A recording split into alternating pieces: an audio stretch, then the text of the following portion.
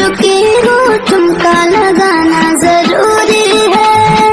प्यारे है भोजपुरिया सभी लगते प्यारी भोजपुरी है।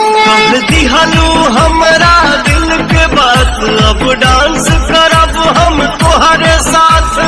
आपके साथ मिले तो है मन जाने सदके।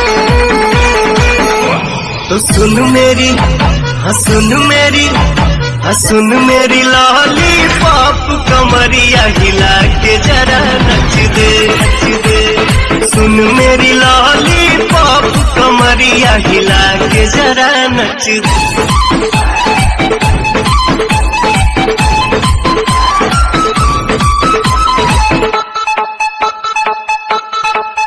बेबी चीज तू बाड़ू मस्त मस्त, कर देबू सबके फस्त फस्त। तोहरा बनैले रच रच के, बस ट्रेनिंग तनिका ठीक लहो। माहौल में आग लगा देबू, बस ठुमका लगावे के सीख लहो।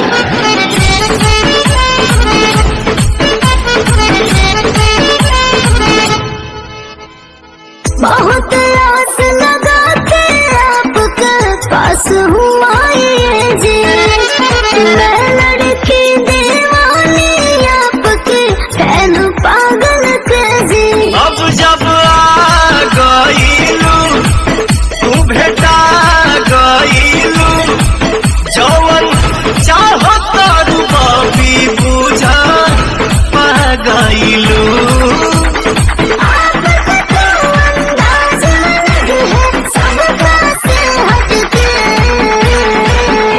तो सुन मेरी, हाँ सुन मेरी, हाँ सुन मेरी लाली पाप, कमरिया हिला के जरा नच दे।